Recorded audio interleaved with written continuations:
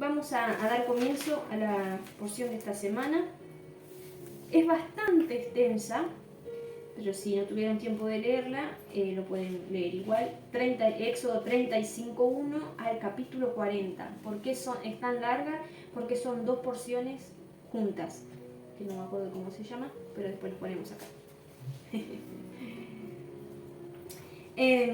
Yo puse como subtítulo a esta Éxodo 35:1 al capítulo 40, pero vamos a ir tocando algunos capítulos nomás. Como es muy largo, obviamente no lo podemos leer todo, ¿no? Podemos, sino que vamos a estar hasta medianoche leyéndolo todo. Especialmente vamos a leer el capítulo 37 y capítulo 38. Vamos a ir tocando algunos versículos de esos capítulos, así que lo pueden tener a mano.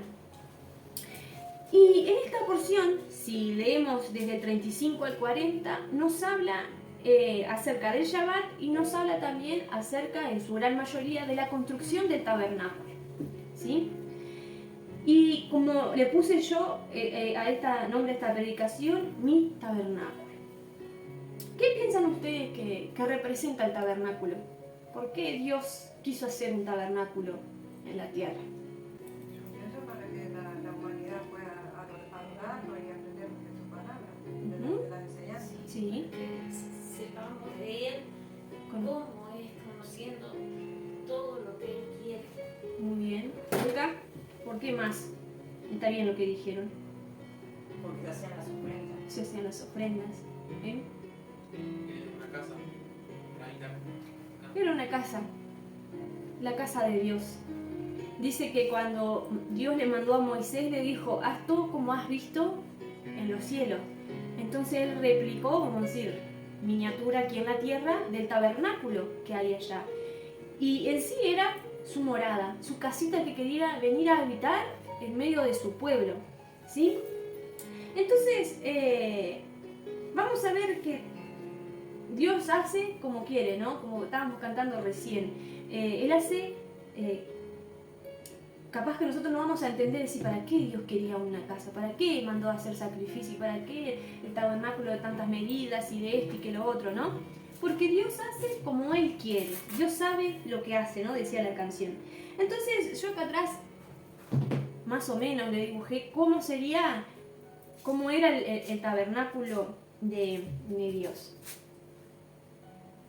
Bueno, se ve un poquito el reflejo. Muy bien. Empieza así, me acuerdo acá. ¿Sí? Esto acá abajo, no sé si ves, Luján, era una cortina también. Los palitos que le puse eran las columnas que había. Capaz que exageré con la cantidad de columnas, ¿no? Pero eran las columnas. Acá había como una entradita.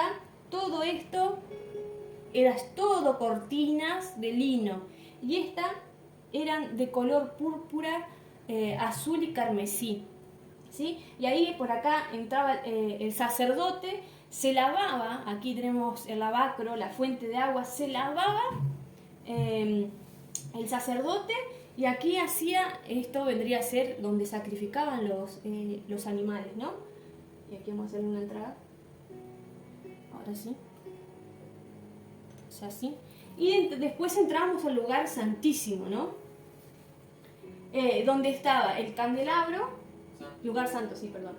Lugar santo, donde estaba el candelabro, la mesa con los panes, que había 12 panes, el altar del incienso, donde el sacerdote ofrecía el incienso. Ahora vamos a ver qué representa cada cosa, pero es para que más o menos lo tengamos en mente. Acá era la cortina que dividía, ahí sí, el lugar santísimo, donde estaba el arca, y adentro del arca había... ¿Qué había dentro del arca? Las 2 tablas con los mandamientos. Muy bien, y eso era todo lo que era el tabernáculo. Imagínense todo lo que llevó, o sea, porque si nos ponemos a leer todo lo que nos dice acá en Éxodo, nos empieza a detallar cómo eran las columnas, de qué estaban recubiertas, de qué material estaban hechos, cómo estaban, ¿no? Y vamos a ver, ¿para qué me sirve hoy en día saber que había una fuente de agua? ¿Para qué me sirve esto? ¿no? Y yo me imagino el pueblo de Israel, que ellos hicieron conforme a lo que Moisés le había dicho, ¿no? Imagínense que Dios hoy le diga a Olga, Olga, me tenés que construir una casa, así, así, así. Uno se va a poner a cuestionar. Si no tiene fuego, dice, no, pero porque a mí me gustaría más una casa que tenga de 3 pisos, que tenga esto y lo otro, ¿no? Pero imagínense la fe que tuvieron los israelitas y Moisés para que hicieran algo que... ¿Para qué? ¿Y por qué tienen que ser de oro? ¿Y por qué tienen que ser de tal cosa, no? Todas esas cosas que hay adentro y hasta la cosita más insignificante eran por algo. Entonces, yo lo dividí en dos partes, ¿no? El exterior, todo lo que está fuera del lugar santo y el lugar santísimo, ¿no? Este sería el lugar santo y el lugar santísimo donde estaba la presencia de Dios, donde acá, una vez al año, el sacerdote tenía que entrar para ministrar, ¿no? ¿Se acuerdan ustedes que el sacerdote no podía estar en pecado porque la quedaba? Por eso usaba campanitas en su vestido, porque si se moría o dejaba de sonar esas campanitas porque el sacerdote murió. Entonces, ahí nadie más podía entrar, ¿no? Y cada cosita que Dios hizo, esa casita, ¿no? Tiene un porqué. A veces uno va a la casa de alguien, y yo, por ejemplo, Olga, yo sé que ella en su mesa tiene su florero redondo y sus 3 cositos así. Ella siempre pone lo mismo. No sé por qué lo pone, pero es su casa, ¿no? Entonces Dios sabe cada cosita en cada su lugar, ¿no? Porque imagínense, la abuela siempre me decía, ¿y dónde me dejaron el control? Y ella sabía que el control estaba en tal lugar. Por algo lo ponía ahí, ¿no? Son cosas que cada uno tiene. Y así Dios, con su morada, con su casa, la hizo como Él quiso. Pero pensaba yo en la fe de los israelitas, ¿no? De construir algo y por qué de tal lado tenía que poner tal cosa y de tal, ¿no? Tiempo, muchísimos años después, creo que después de que murió Yeshua y vino la Ruach HaKodesh, recién ahí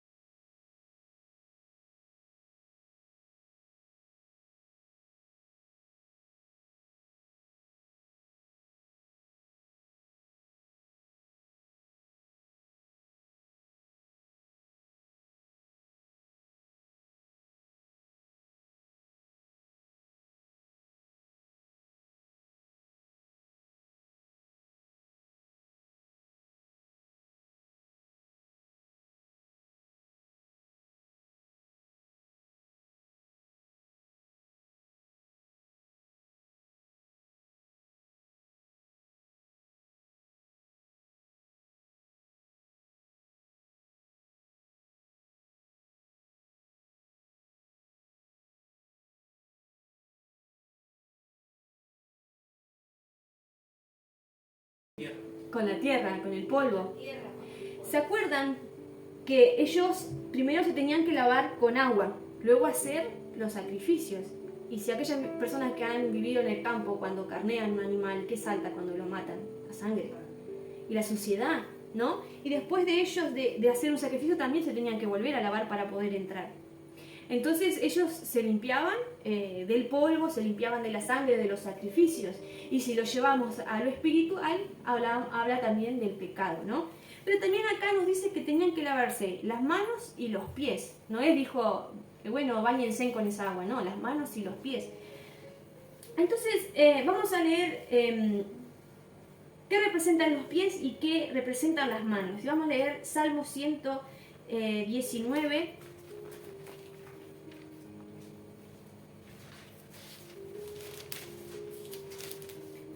119, Salmo 119, versículo 101.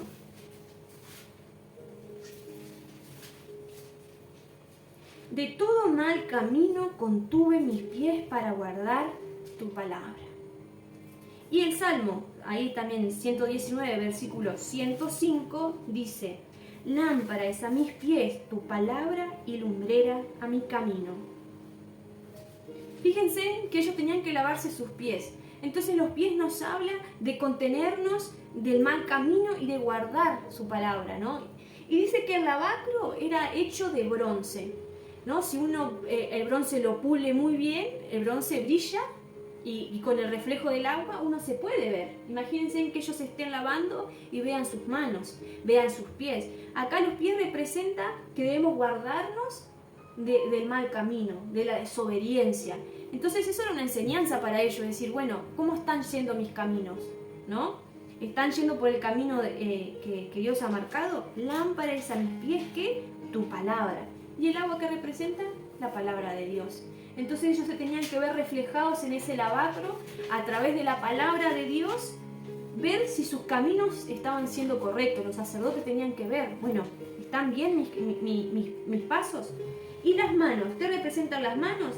Salmos 26, versículo 6. Lavaré en inocencia mis manos y así andaré alrededor de tu altar, oh Yahweh. También en Salmo 24, versículo 4, dice, ¿quién subirá en el versículo 3? ¿Quién subirá al monte de Yahweh? ¿Quién estará en su lugar santo? El limpio de manos y puro de corazón, el que no ha elevado sus cosas a cosas vanas, ni jurado en engaño. Nos habla de los pies, nos habla de las manos, ¿no? De nuestro obrar, de nuestro caminar. Entonces ellos tenían que entrar y lavarse y ver a través del agua, que era la palabra, para ver si eran aceptos para poder hacer los sacrificios. Porque imagínense que ellos no tenían en cuenta nada y hacían los sacrificios. ¿Ustedes piensan que Dios iba a tomar en cuenta el sacrificio? Y no se andaban incorrecto, ¿no? Ahora, después vamos a ver más adelante que en nuestra vida qué tenemos que hacer nosotros, ¿sí? Entonces, por un lado teníamos ese lavacro. Todas las partes del exterior estaban hechas de bronce y de plata. Pero las de adentro del lugar santo y el lugar santísimo estaban todas hechas de oro. De madera de acacia. También las columnas estaban hechas de madera de acacia, pero recubiertas con bronce o con plata, ¿sí? Para que vean la diferencia del exterior y el interior. Después vamos a ver qué significa eso. Entonces por acá, dijimos, ¿no?, que ellos se tenían que ver con el agua de la palabra, ver sus manos, sus pies, cómo estaban, y el altar del holocausto. ¿Y qué representa eso? Acá estaban haciendo sacrificios temporales, porque recuerdan que ellos tenían, una vez al año, tenían que hacer sacrificios, ¿no?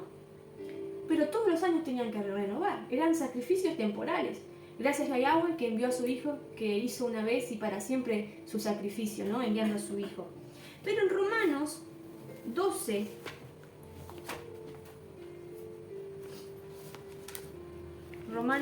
versículo 1, dice, así que hermanos, os ruego por las misericordias de Dios que presentéis vuestros cuerpos en sacrificio vivo, santo, agradable a Dios, que vuestro culto racional. ¿Qué nos está enseñando a nosotros? Que debemos ser como sacrificios vivos. Aún en este cuerpo nosotros tenemos que ser santos, agradables al Señor, ¿sí? Y como dije, sí, esto también estaba recubierto de bronce. Las columnas, cada columna abajo tenía como unas bases de plata, donde esas columnas estaban firmes y cada columna se unía con una cortina donde tenía los aritos, ¿no? Imagínense los aritos que todo recubierto con bronce. Pero eso es el final de la prédica que voy a dar. Después lo vamos a hacer, vamos a entrar ahora al lugar santo y al lugar santísimo, ¿sí? Vamos a ir a la parte interior. Tenemos acá el candelabro. ¿Qué representa el candelabro? ¿Qué tiene un candelabro? Luz. Simple. La luz del Señor que habita en el lugar santo. En Isaías 11, versículo 2, dice que llenaría, a ver, vamos a leerlo bien.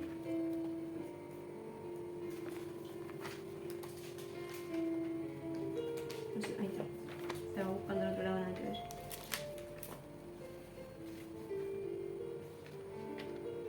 Siempre lo leemos, pero no sé el orden bien. Ahí está. Isaías 11. Cuando venga, dice, el reinado del Mesías, ¿no? Dice, saldrá una vara del tronco de Isaí, en un vástago retoñará de sus raíces, y reposará sobre él el espíritu de Yahweh, espíritu de sabiduría, espíritu de inteligencia, espíritu de consejo, de poder, espíritu de conocimiento y de temor a Yahweh. Los 7 espíritus. ¿Y cuántos brazos tenía? 7 espíritus. 7 brazos, perdón.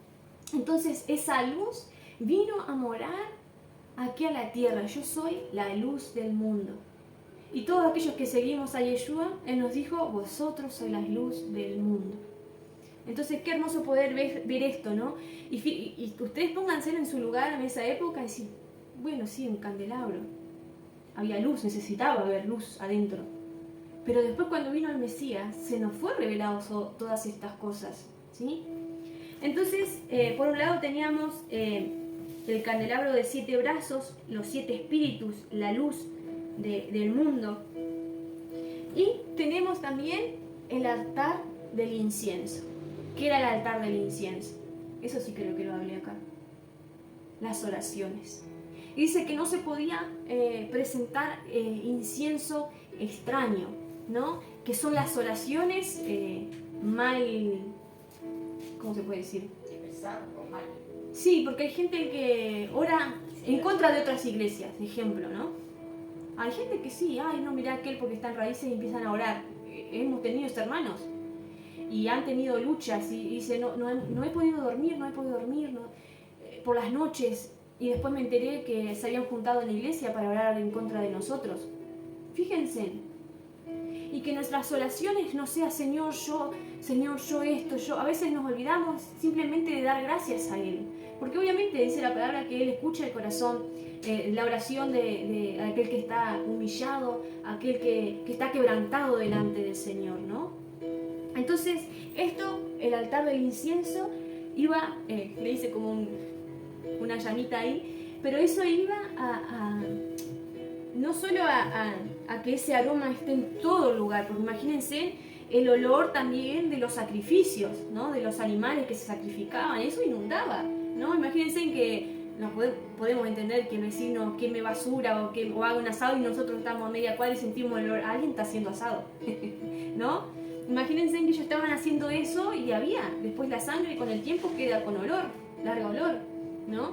Entonces ese perfume no solo era eso para lo literal, sino que ese perfume eran las oraciones que hacía el sacerdote a la presencia, delante de la presencia de Dios.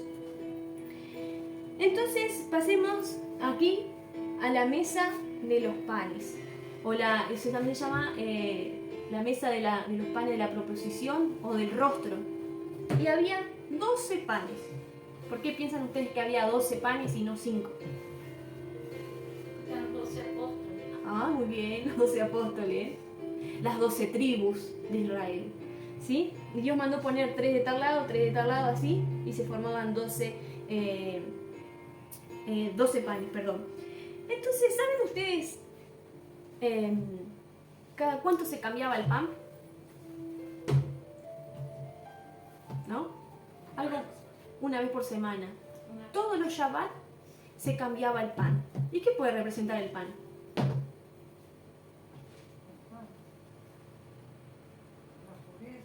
La pureza, ¿qué? ¿Olga? ¿Qué es un pan? El alimento. El pan era el alimento.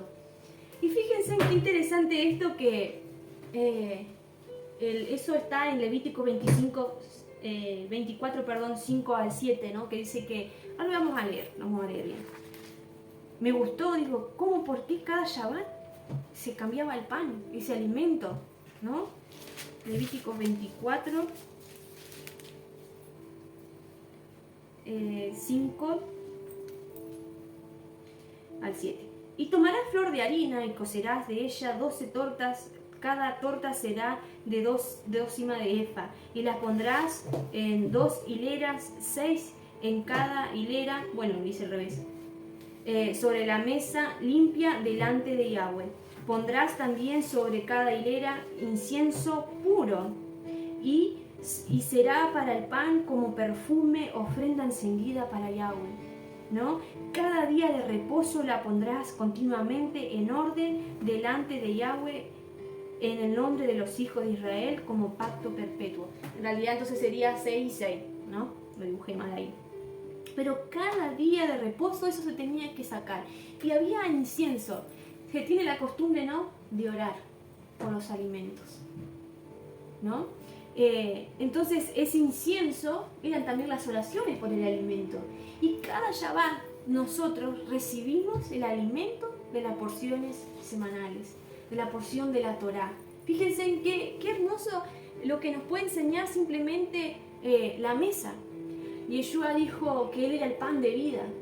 Dijo, tomad, comed, este es mi cuerpo que por vosotros es partido, ¿no? Porque Él era el pan. No sé, leí por ahí en internet que decía que eran panes sin levaduras. Acá y no tuve tiempo de buscar alguna cita que me avale eso, que eran sin levadura, pero si eran sin levadura tiene mucha lógica, ¿no? De que nuestro alimento es sin levadura. La levadura habla del pecado, habla de aquellas cosas que están fermentadas, ¿no? Entonces, qué hermoso poder saber que cada Shabbat se renueva. Y nosotros hace 4 años y medio más o menos que estamos estudiando esto. Y como todos los años, todos los Shabbat tenemos algo diferente, y todos los años tenemos algo diferente, porque el alimento del Señor se renueva cada día. Y nos va mostrando a través de los evangelios, a través de los salmos, de los profetas, ¿no? Cosas, por ejemplo, estas, como el tabernáculo, ¿no? Qué hermoso poder recibir y tener esta promesa, ¿no? Que continuamente se tenía que cambiar y el alimento sería renovado para cada uno de nosotros. Quizás hoy le queda una parte a mi tía, a Olga le queda otra parte, pero cada uno el Señor nos va a ir hablando de diferentes maneras, ¿no? Por eso es bueno leer la porción individualmente y que el Señor nos comience a iluminar, ¿no? A dar entendimiento. Qué hermoso poder recibir que Él nos da su palabra, nos da su alimento. Entonces pasamos al arca, donde estaban los mandamientos del Señor. ¿Y qué representa? Que había los mandamientos, ¿no? Y de Deuteronomio 8, versículo 2, y yo puse acá que era lo que representaba, lo que me aparecía a mí, eran los mandamientos en la parte más íntima. Fíjense en que acá solo Dios estaba, ¿no? En nuestro corazón solo Dios sabe qué hay en lo más profundo de nuestra vida, ¿no? De nuestro corazón, en lo más íntimo de nuestra mente. Eso nos habla también de nuestra ética, nos habla también de nuestra moral, nos habla de nuestros pensamientos. Y en Deuteronomio capítulo 8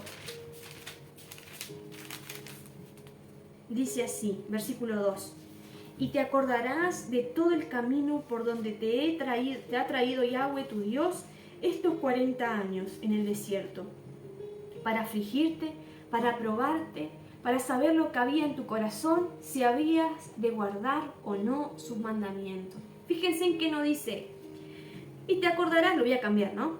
Y te acordarás de todo el camino por donde te ha traído Yahweh tu Dios estos 40 años en el desierto, estos 76 años, estos 60 años, ¿no? Depende de la edad que uno tenga, ¿no?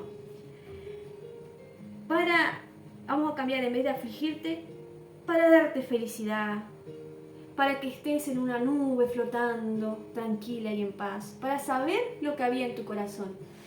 Fíjense en que Dios ya ni siquiera nos dice, Ricardo nos decía, vamos a empezar a evangelizar. Pero no quiero que empecemos a evangelizar como todos. Bueno, Jesús sana, Jesús salva, y si tenés problemas, vení que el Señor te va a dar solución, y vení que... Porque acá dice que Dios nos meterá en el desierto para afligirnos, para probarnos, para saber qué había en nuestros corazones, para ver si realmente guardamos o no sus mandamientos.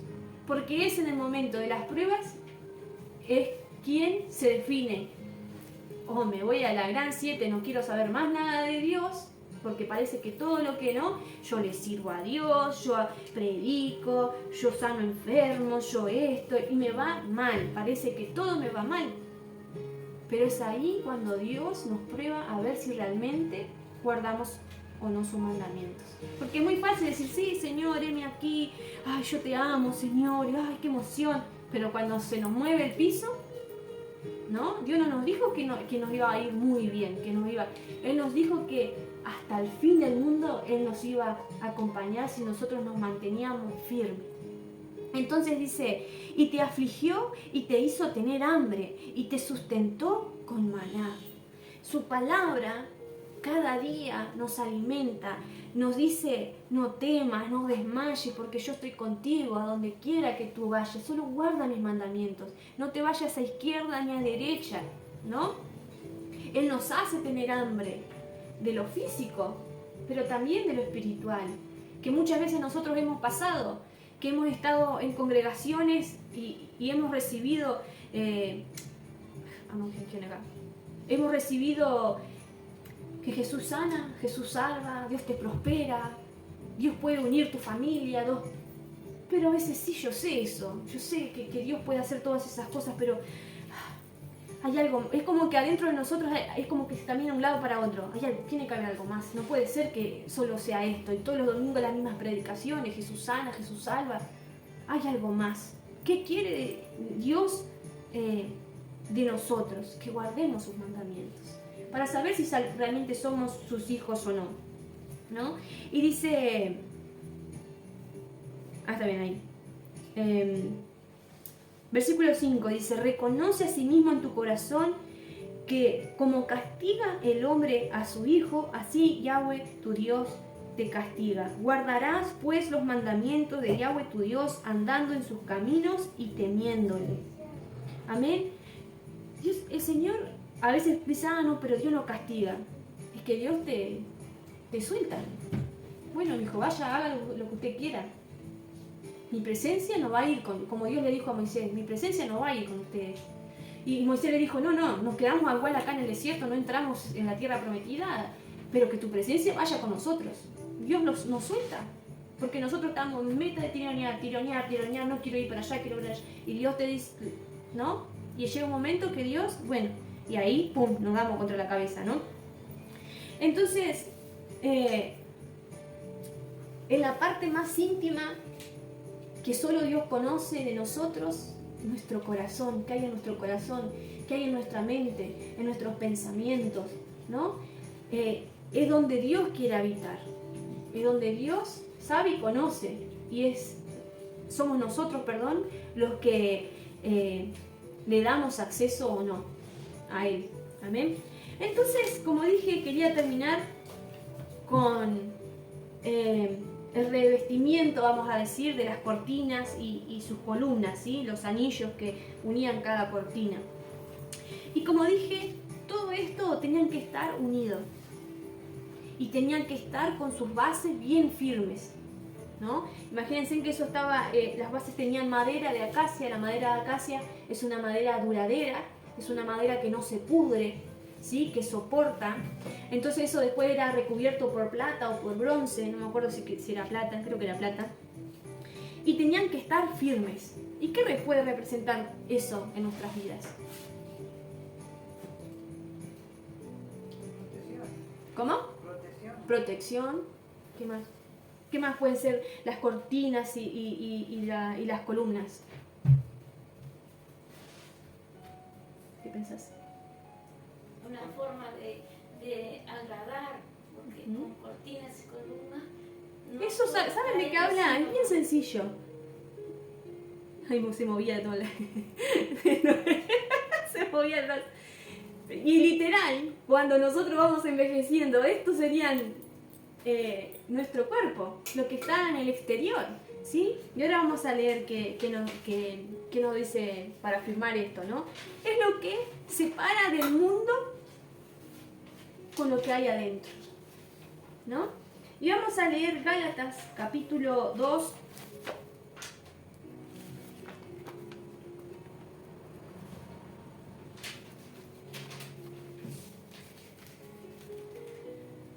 versículos 7 y 9. Hablando de que Pedro predicaba a los de la circuncisión y Pablo predicaba a los de la incircuncisión, o sea, a los gentiles, ¿no?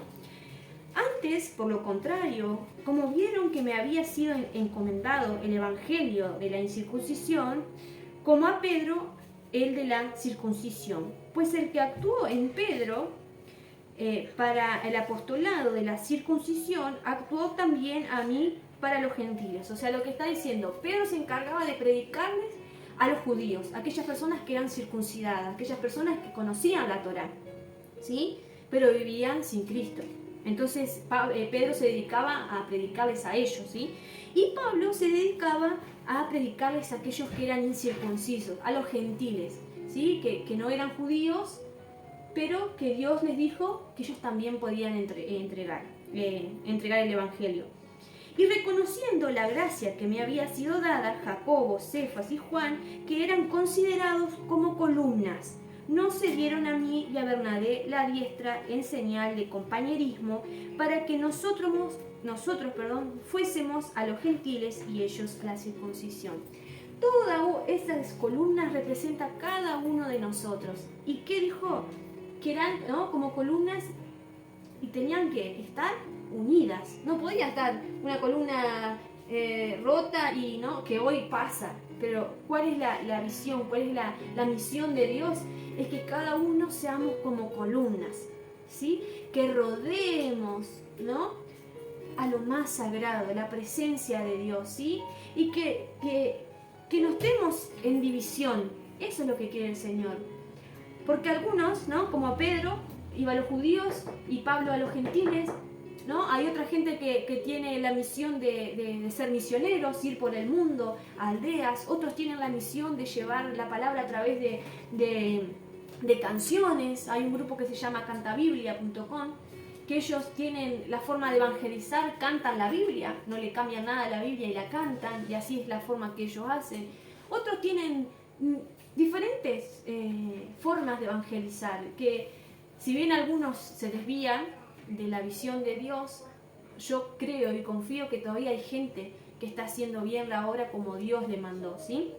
Entonces cada uno de eso somos nosotros, que tenemos que estar como firmes, no una columna chueca, no una columna que no tenga base. Nuestra base tiene que ser, ¿quién? Cristo.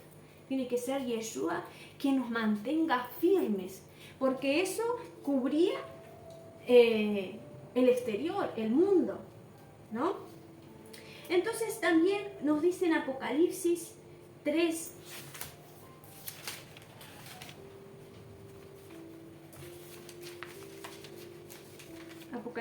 versículo 12, dice, 11, dice, he aquí yo vengo pronto, retén lo que tienes para que ninguno tome tu corona. Al que venciere, yo le haré columna en el templo de mi Dios, y nunca más saldrá de allí, y escribiré sobre él el nombre de mi Dios, y el nombre de la ciudad de mi Dios, la nueva Jerusalén, la cual desciende de los cielos, de mi Dios, y mi nombre nuevo. Él nos va a hacer columna, ¿no? Ahí como dije yo, cada uno de esos somos nosotros haciendo columna, siendo firmes, ¿no?, en la fe en Yeshua. Entonces, para finalizar, vamos a leer Corintios, segunda de Corintios, capítulo 4, versículo 7.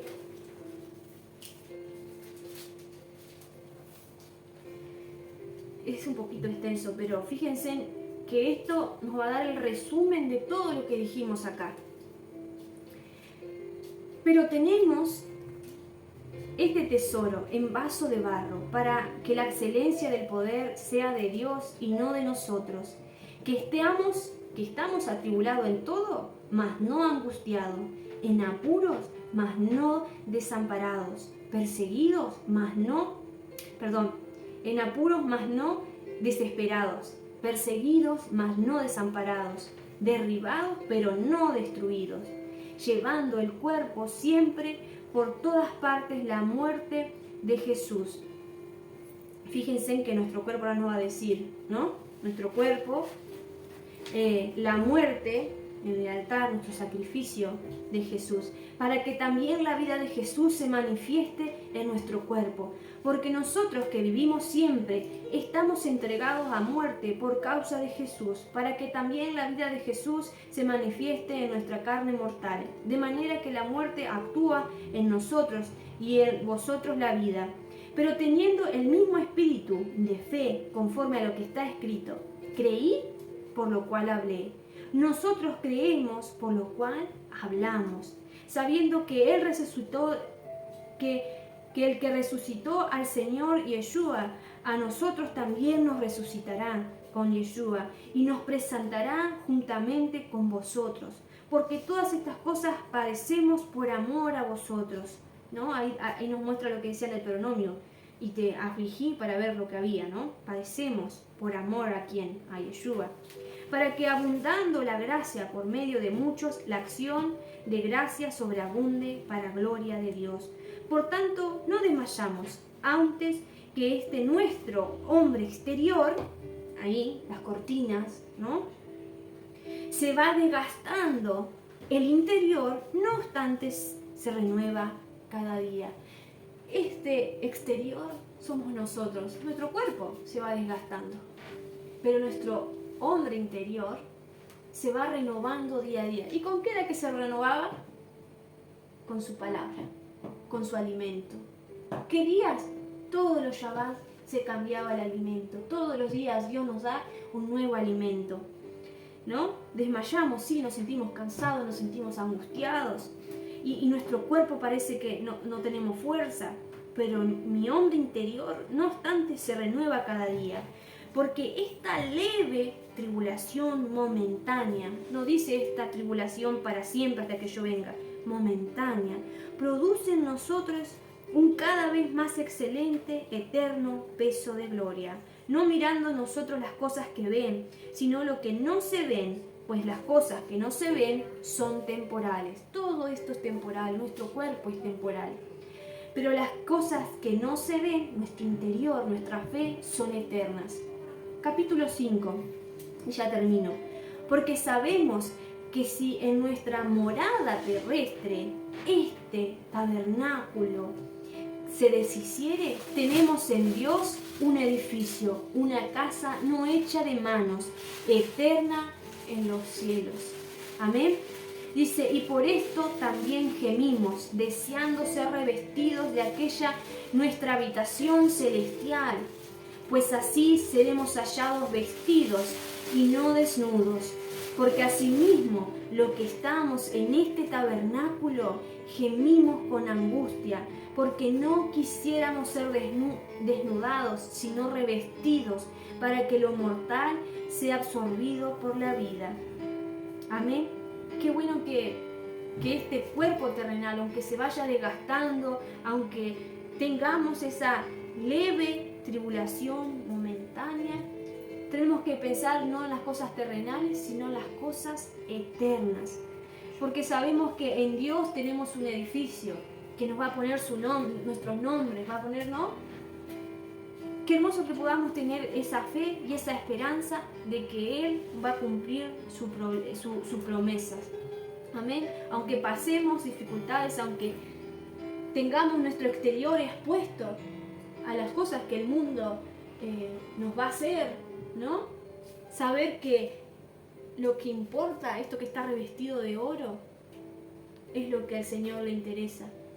¿Sí? Que su palabra esté en nuestro corazón, que su luz alumbre en nosotros, que nuestras oraciones sean gratas, que el alimento que recibamos sea su palabra. Amén. Así que bueno, era eso lo que quería compartir con ustedes y espero que les haya gustado. Amén.